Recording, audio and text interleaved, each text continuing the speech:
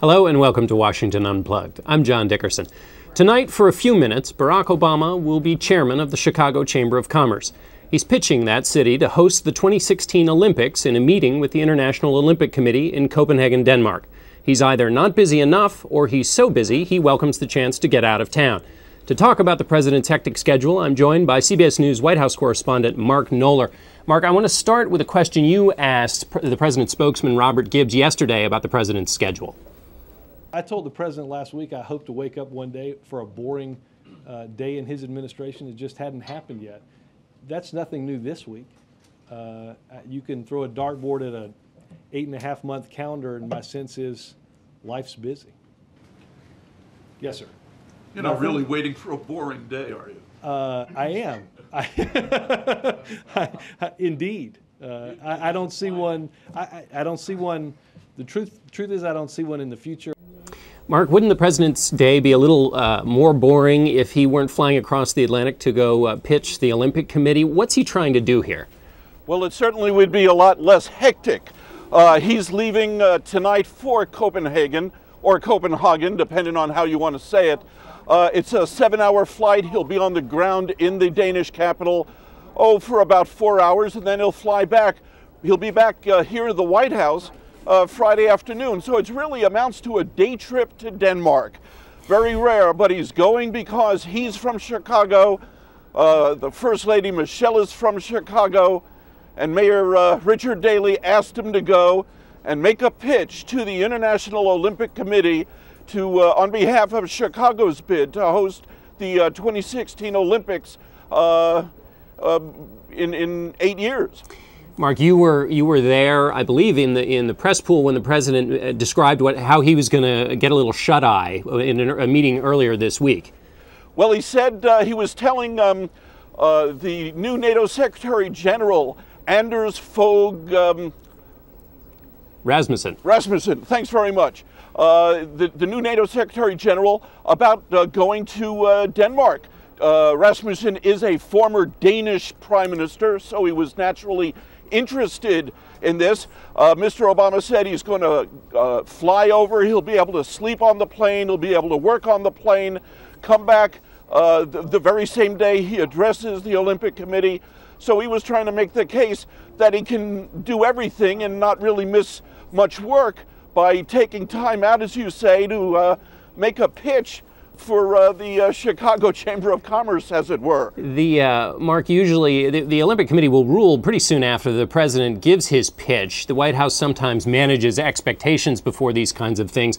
What happens if the president fails? Well, it'll certainly be a blow to his prestige. This is the first time an American president has appeared before the International Olympic Committee for the purpose of making a pitch on behalf of a U.S. city seeking to host a future Olympics. And for that reason, if the Olympic Committee thumbs its nose at his appeal and gives it to Tokyo or Rio de Janeiro or Madrid, the other 3 cities that are vying to host the 2016 Olympics, it'll certainly be a blow to his prestige. But at the very least, he can say he tried, he gave it his best shot. And the White House is already ready to say that it's certainly in the spirit of the Olympic Games to do your best, even if you don't get the gold medal. Well, if the president can handle the rigors of this trip, the question, though, is whether to other people it looks like he's just doing too much. Now, that question's dogged the White House for months. How do they deal with it when it comes up in this round? Well, they try and turn the tables on reporters.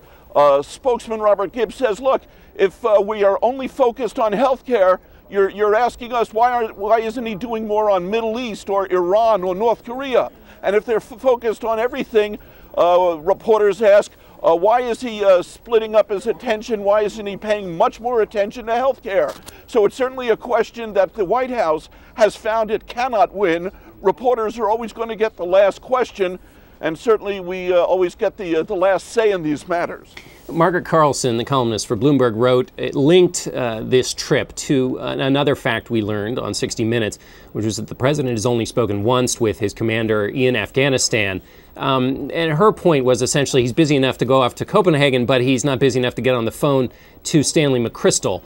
What's the White House response to that kind of accusation? Oh, the White House is quick to say that it is without foundation to suggest that the president is not concerned about the mission in Afghanistan or the situation there. He may not have spoken with General McChrystal on more than one occasion, although he spoke with him yesterday in a secure video hookup from the Situation Room. But the White House says Mr. Obama speaks with the chairman of the Joint Chiefs, Admiral Mike Mullen. He speaks with Defense Secretary Gates on a routine basis. He knows what's going on in Afghanistan, says the White House, without having to speak with General McChrystal. But in contrast to his predecessor's habit, President Bush made it a routine to speak with his commanding generals in Iraq and Afghanistan on almost a weekly basis.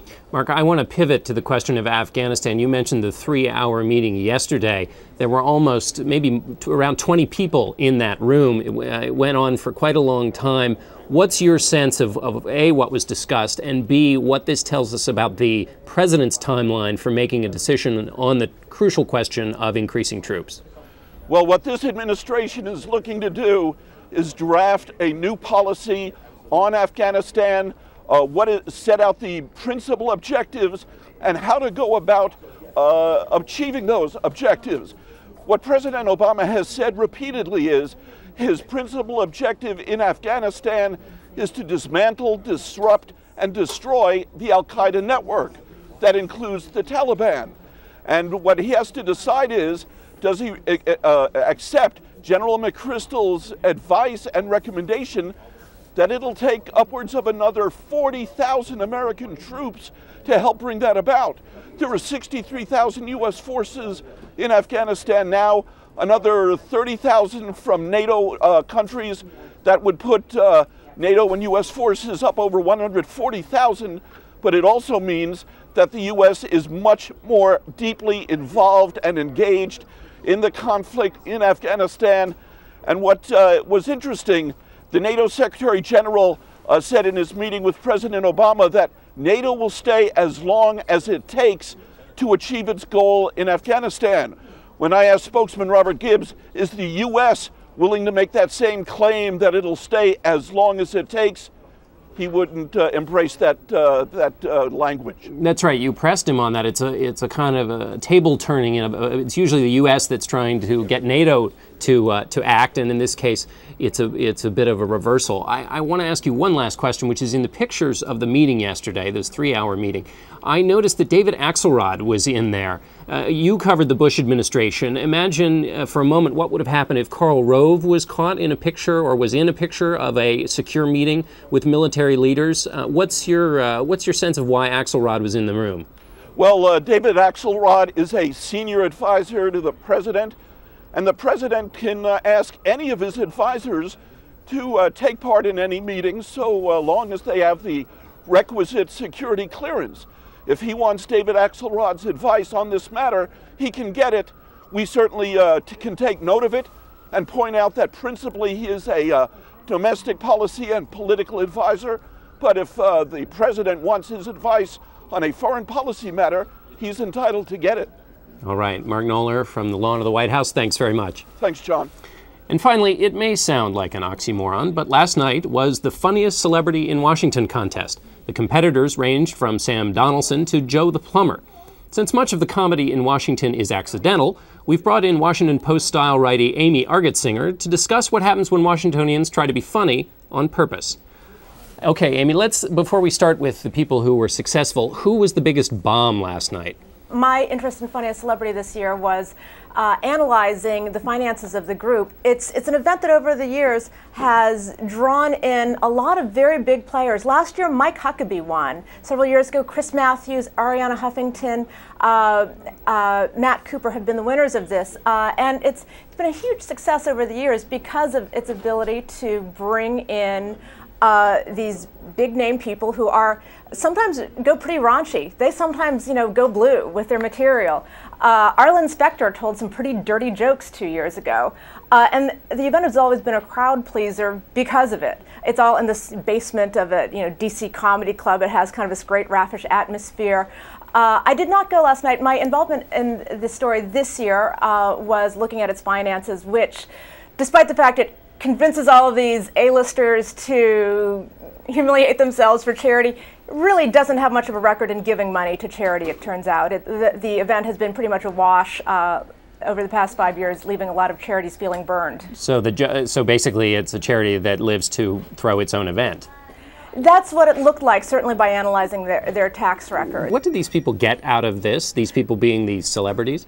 Well, I think it's kind of fun. It's, I think, a lot of people in public life, be they politicians, media figures, a lot of what's driven them into that realm is that deep down they're kind of hams. They like the spotlight. And this is a rare chance where they get to be irreverent. It's funny, I probably attended 3 or 4 times, and I can tell you when you're there, some of that stuff is pretty funny. Now, it could be because of the venue, it could be because of your proximity to Flop Sweat, and maybe having a couple of drinks.